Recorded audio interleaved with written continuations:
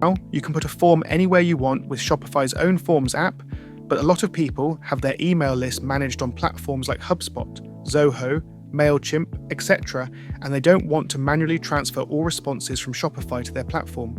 This is why it makes sense to embed forms of the same platform so that responses go directly to your managed email list.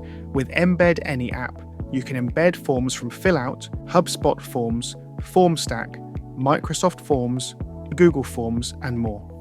To embed a form, go to your preferred form tool and create a form. I am going to make a lead capture form in Microsoft Forms. Now let's make it public to everyone for viewing and copy its link. Let's come back to the Shopify editor and paste it in our Contact Us page. I will be using the italics method for this one. Let me just add a rich text box and replace the link. Now make it italic and save. Voila, we have it. But let's try another variation. For example, what if I could add a form to get customization details for a custom product? Let me design one quickly.